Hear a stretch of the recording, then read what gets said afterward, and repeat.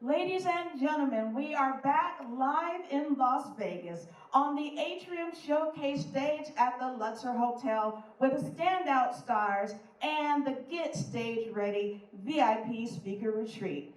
Our next speaker is an absolute treat. He is an inventor, he is an expert in product development, but most of all, he knows how to take your business from the valley to the mountaintop.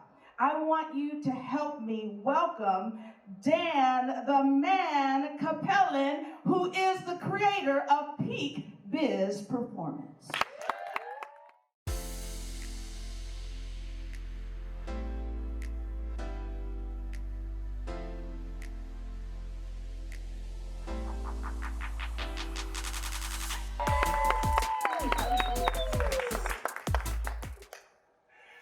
Hello, Las Vegas! Who's glad to be here? I am, and I got a lot of help to get here, I gotta tell you. I came from very humble beginnings on a farm, but I learned the hard way to ask for help. Who here has ever asked for help? Yep. We got people who've asked for help. Now, I'm a dude, okay?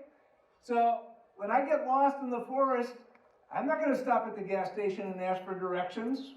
At least I didn't used to. I have learned how to ask for help and ask for direction. And that's what I'm going to talk about today, because I want you to discover 3 people who will help you succeed.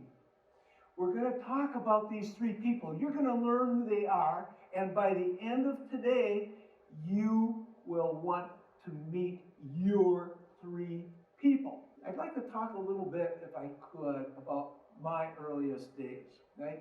Have that with you? Do I have that, your permission? So, when I was younger, I grew up on a farm.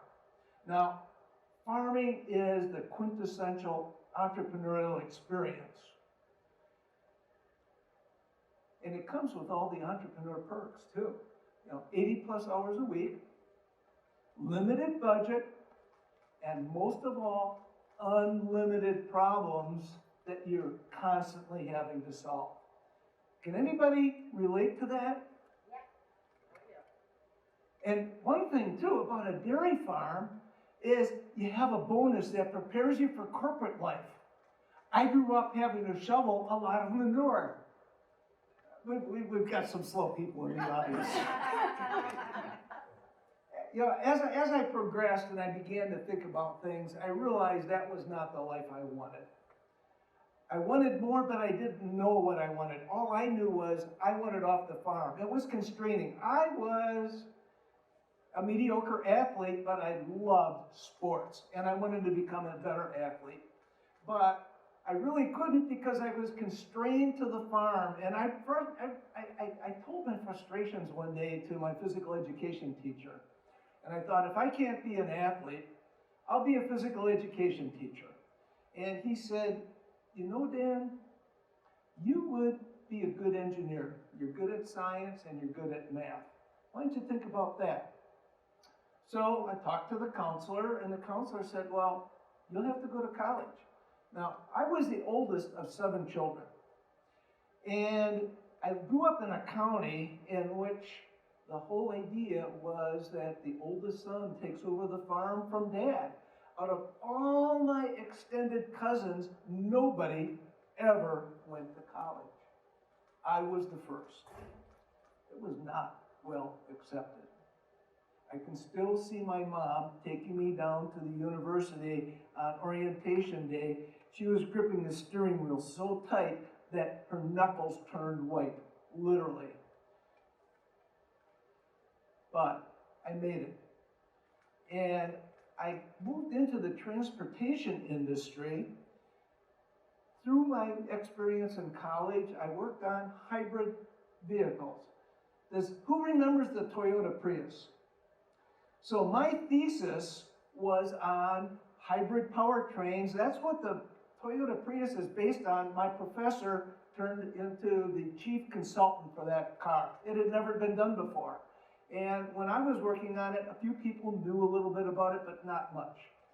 As I progressed through my career, I worked on natural gas buses. I developed sophisticated components to make those buses run on natural gas. Typically, they ran on the dirty, smelly diesel. I did want to clean the environment. And at Ford Motor Company, I developed some of the earliest controls that are still being used on the cars today. It was an awesome experience. I, went into more of the marketing side of things. I ended up co-founding a company. Again, became an entrepreneur, moved out of the corporate world for a moment anyway. And I was the type of person, because of my farming mindset, my engineering mindset, who thought about people and thought about things rather than people. Things were easy to solve. People weren't. So people were to be ignored. You don't make a lot of friends that way. As I progressed even further, I got into marketing, and at least I knew that there were customers out there with problems to be solved. And I loved the marketing, and it gave me a chance to travel the world as an international speaker to the customers.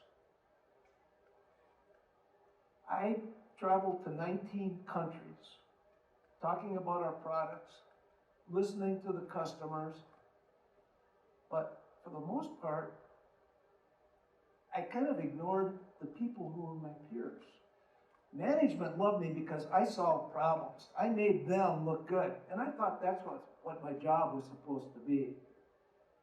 And it capped my career. I continued doing what I was doing. I was traveling 50% of the time overseas, seeing new things, but I was changing time zones on an ongoing basis. And one day, I came into the office after a long, grueling trip, and I just wasn't feeling so good. And about 11 o'clock in the morning, I had a tap on the shoulder to wake me up. I was literally flat with my face on the desk, snoring, coughing every now and then. The team around me was a little bit concerned for my health, and my boss said, "You go to urgent care right now and don't come back until your doctor writes you a note saying it's okay to go to work." I went to urgent care. They called my doctor. The doctor admitted me to the hospital. I had pneumonia. I spent a few days in the hospital and then 2 weeks recovering, most of it on drugs that had me sleeping 22 hours a day. But the few waking hours that I had, I thought, what good is this kind of life? I took the first opportunity for an early retirement when that chance came. And what did I do? I embarked on entrepreneurship. Except that now I was a solopreneur and I no longer had the corporate resources. So I fumbled and stumbled and did stupid things. Ultimately, I got some mentorship. But before I got that mentorship, I had another rude awakening. July 1 of 2019, I was sitting at my desk in my office at home, as entrepreneurs do, many of us. Doorbell rings.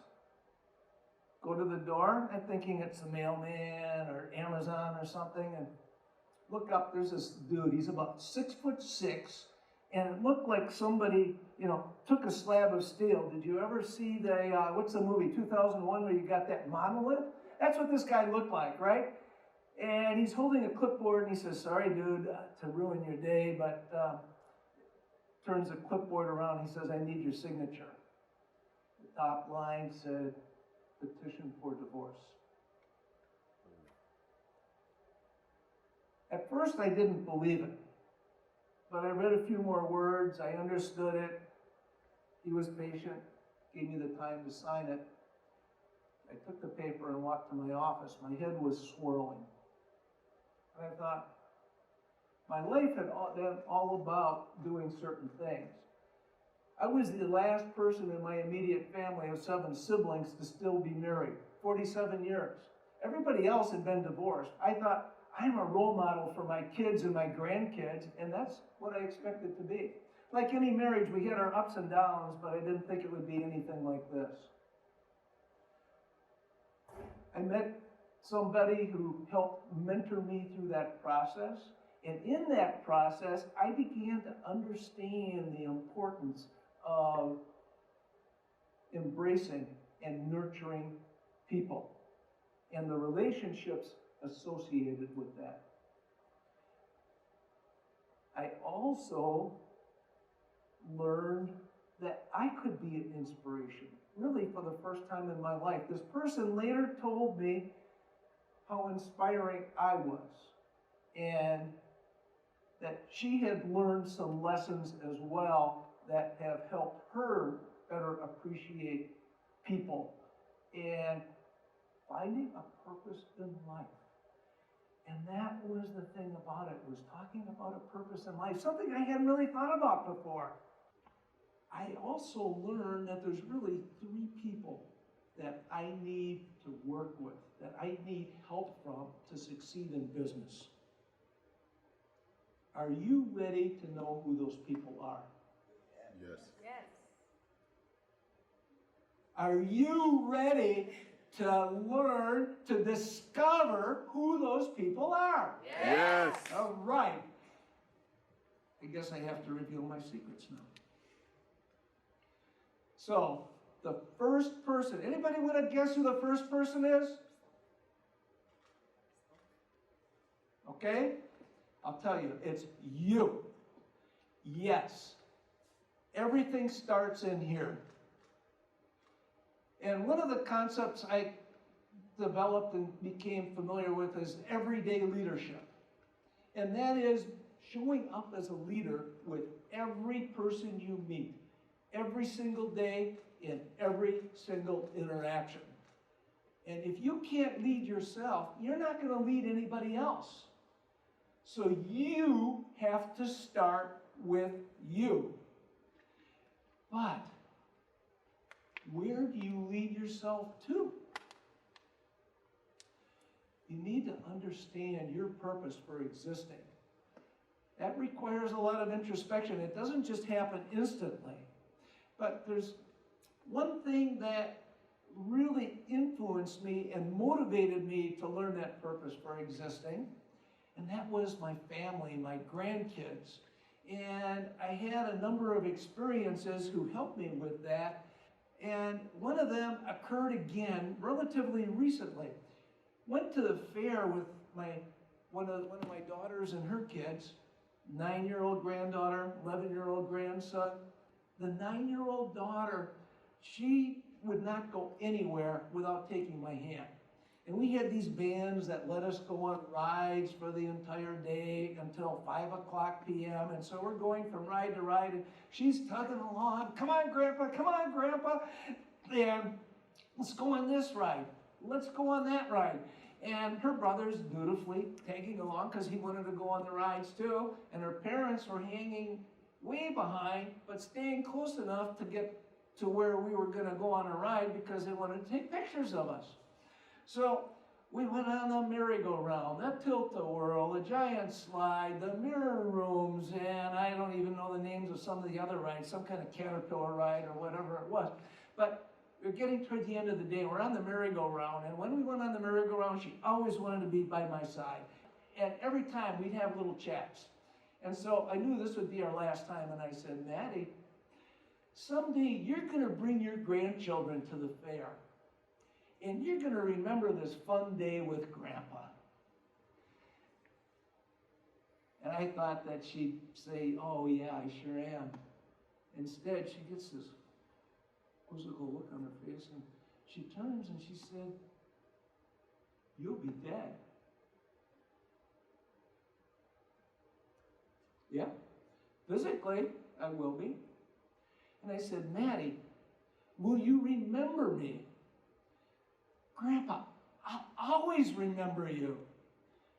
And I said, as long as you remember me, I will be alive in your memory, even if I'm physically not here. My dream is to be remembered for as long as possible. not just my grandchildren, but others as well. My mission is to inspire, to motivate, and to enlighten 10 million people to reach for their peak in business and in life. So who are these people that we're going to meet? I said first was you. The second is your audience. Now, I'm not talking literally about the audience who's here today. It could be. But we often in business think of our audience as our customers. But we think of them on a transactional basis. We want them to be more than a transaction. We want them to be loyal advocates, people who are cheering for us. And not only is it our customers, it is our family, it is our peers, it is our subordinates if we're managing a team or a company.